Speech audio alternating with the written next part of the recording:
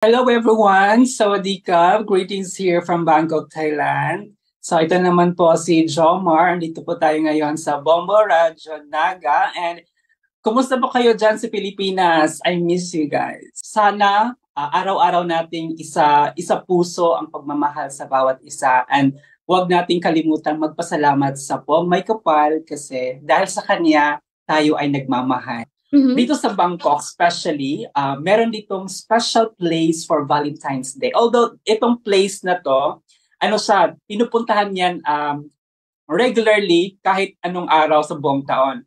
But on a very special day, on Valentine's Day, kasi parang tinatawag nila itong good luck for love.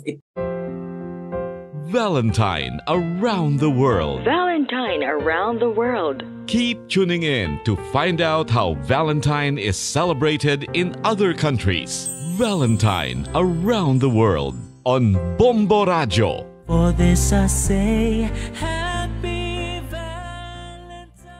Kasabay kan sa tuya pong nagdadanga-danga, napapaabot na Valentine's Day. Abaya sa tuya pong bibisitahon ang mga manlain-lain ng mga nasyon para aramon asin bistuhon po ang sa indang mga nagiging tradisyon okupan upo sinda nagseselebrara kain sa inda pong Valentine's Day sa inda pong mga lugar. Si mga tradisyon, mga nakaugalian, tuyong minaabot po ang bulan kan Pebrero o sa tuyang inaapod as Love Month.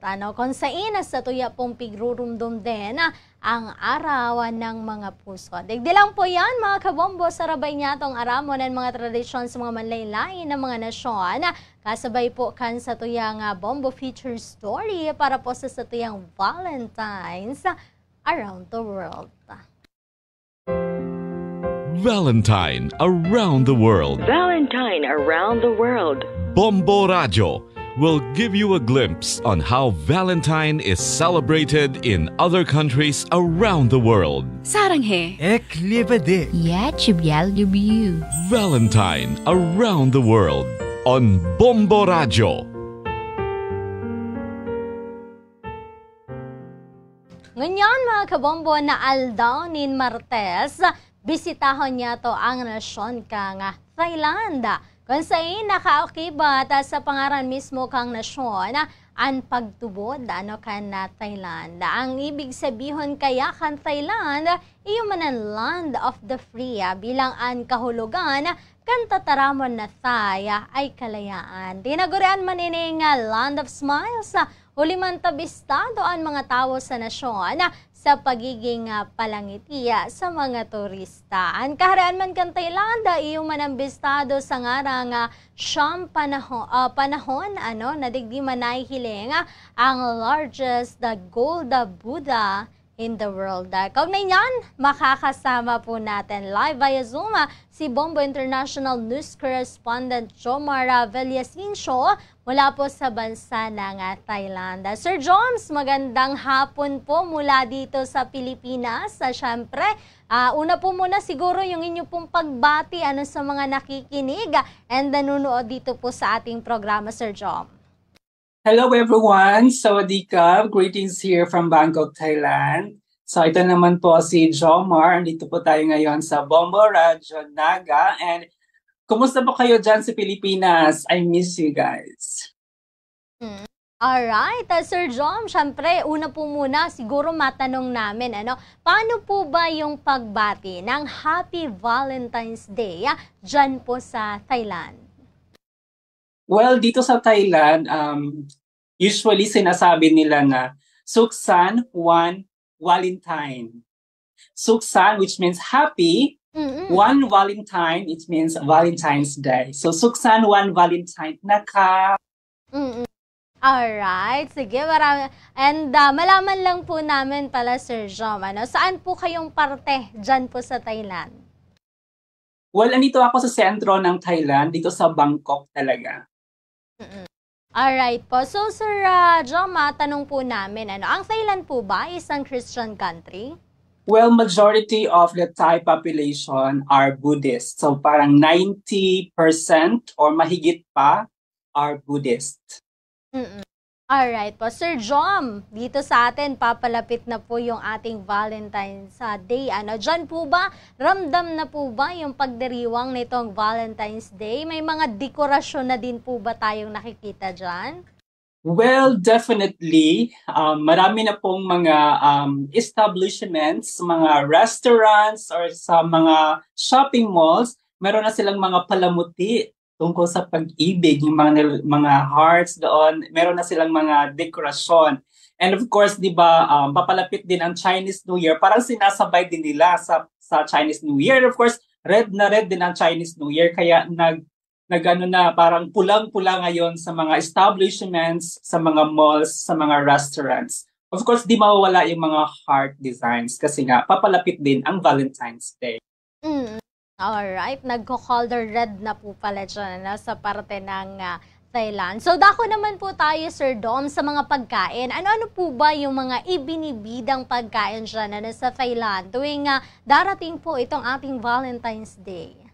Of course, hindi talaga mawawala yung mga pagbibigay ng mga gifts during Valentine's Day. Dito sa Thailand, parang isa siya sa special day talaga ng mga locals din dito. Alam mo, pag during Valentine's Day, yung mga tao nagbibigayan ng mga bulaklak, kahit mga simple mga gestures, candy, chocolates, gano'n. So yun yung mga binibigay for us, mga guro dito sa Thailand. Nag-i-enjoy din kami kasi yung mga bata, they put stickers on our shirts, yung mga heart stickers. Minsan nga napupuno yung mga damit namin ng mga heart stickers during Valentine's Day. At ang sweet nila. And then tungkol naman sa mga pagkain dito, yung mga tao pumupunta sa mga restaurants, nagre-reserve sila doon sa mga restaurants, they go, nagda-dine in sila doon with their loved ones. So, hindi talaga sila nagpe-prepare nung sa sarili nila because they go out. Especially ito sa Bangkok kasi ang daming pwedeng puntahan pag Valentine's Day. Maraming mga places nag-organize ng mga events, mga special dinner for couples, sa mga lovers. So there's daming options pag Valentine's Day. Alright po. So nabanggit po ninyo dyan, Sir Dom, nagbibigay din po pala talaga ng mga bulaklak. So ano pong klase, yung mga usually talaga na binibigay po nila? At sa mga lugar naman po ng mga pasyalan, ano-ano po yung mga kadalasan, And meron po na mga talagang pinapasyalan dyan. Rose. Rose is a very special flower for Valentine's Day. And just to give you trivia, dito sa Bangkok especially, meron ditong special place for Valentine's Day. Although itong place na to, pinupuntahan yan regularly kahit anong araw sa buong taon. But on a very special day, on Valentine's Day, kasi parang tinatawag nila itong good luck for love, itong place na to. Tinatawag nilang Chemotri Temple. Malapit siya sa isang shopping mall. So ngayong Valentine's Day, at tuwing Valentine's Day, matao dyan. At mga nag-o-offer sila ng mga bulaklak, rose doon. So parang they pray on that place for good love and good luck for their relationship. Alright po. Sir Dom, malaman din namin, ano po sa tingin ninyo, yung mga, pagkakaiba ng pag-celebrate po ng Valentine's Day dyan po sa bansa ng Thailand at dito po sa Pilipinas? Well, in comparison naman sa Pilipinas, kasi sa Pilipinas, maroon tayong mga activities talaga, especially sa mga schools, di ba? I grow up dati sa schools, meron mga presentations, ganon. Dito sa Thailand, parang iba din siya. Walang ganong preparasyon. So, celebrate lang siya on the very day. Sa Pilipinas kasi parang iba yung celebration eh. Oo. Parang yun lang yung nakita ko na difference.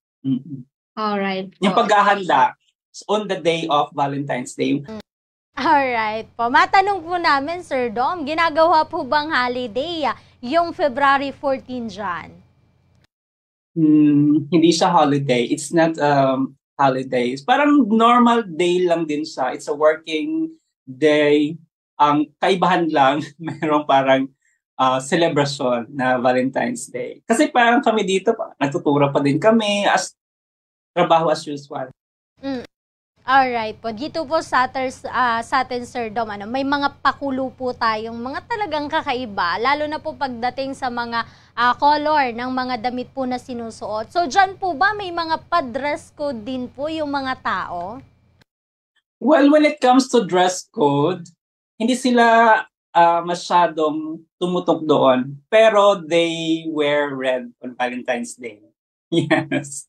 Oo, but not all, but yes, they, parang sinusunod din nila. Parang international na ata ang red eh. Oo.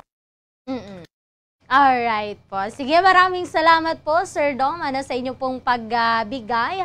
Sir Dom, maraming salamat po sa pagbigay ng oras. And syempre, pagbahagi po sa amin yung mga kaganapan at mga ginagawa dyan po sa bansa ng Thailand tuwing darating po itong ating Valentine's Day. Sige, siguro ibigay ko na lang po sa inyo, Sir Joms, yung linya para po baka may gusto po kayong paabutan ng mga mensahe, lalo na sa mga nakikinig din po, nanonood dito po sa ating programa. Please go ahead po. Alright, so sa ating mga kababayan dyan sa Pilipinas, Happy Valentine's Day. Maligayang pagdiriwang ng araw ng mga puso. And sana ay ipakalat natin sa buong mundo ang pagmamahalan. Not just on a Valentine's Day, dapat ay araw-araw nating ibigay sa ating mga kapwa. And of course, sa aking mga kapamilya dyan sa Pilipinas, shout out to them. Sa lahat ng ating mga kababayan, kapatid, kapamilya dyan, I love you all, guys. Alam niyo yan na mahal ko kayo. Andito tayo sa ibang bansa para suportahan ang pamilya. Ganun ko kayo kamahal. And yes, sana araw-araw nating isa puso ang pagmamahal sa bawat isa. And huwag nating kalimutan magpasalamat sa Poong May Kapal kasi dahil sa kanya, tayo ay nagmamahal. Alright, maraming salamat po, Sir Jom, sa inyo pong binigay na oras sa aming programa. Pero bago po ang lahat, pwede po ba naming marinig mula po dyan sa bansa ng Thailand ang pangmalakasan po na battle cry ng Bombo Radyo Philippines and Bombo Radyo Naga na Basta Radyo Bombo? Alright, kaya sa lahat ng mga nakikinig, Basta Radyo Bombo. Alright, maraming salamat po again, Sir Jomar, sa inyo pong binigay na oras sa amin pong programa. Maraming salamat, Sir, sa pagpapaunlak na makapanayam dito po sa ating programa, sa mga kabombo, and syempre sa mga kabombo din dato dyan na nakaibahan. Tayan po ang satuyang Bombo International News Correspondent, si Sir Jomar Villasincio. Gikan po sa nasyon kang Thailand. So, syempre sa mga masurunod po na aldaw, antabayanan, iba pa niya itong mga bibisitahon na nasyon. Lugod po, na-intriga ka mo, sa satuyang mga manlain-lain na mga nasyon sa satuya pong kinabaan, para po aramon, asin bistuhon, ang sa indang mga nagiging tradisyon, mga ginigibo, tuyo pong minaabot ang bulan kan mga puso. Partikularmente ang mismong kaaldawan, ang satuya pong Valentine's Day. So yan mga kabombo, sa mga masarunod na aldaw, antabayanan po nindo kung saan kita mabisita na mga nasyon. Katakod pa man giraray kan sa tiyang Bombo Feature Story para po sa tiyang Valentine's around the world. Valentine around the world. Valentine around the world. Keep tuning in to find out how Valentine is celebrated in other countries. Valentine around the world on Bombo Radyo. For this I say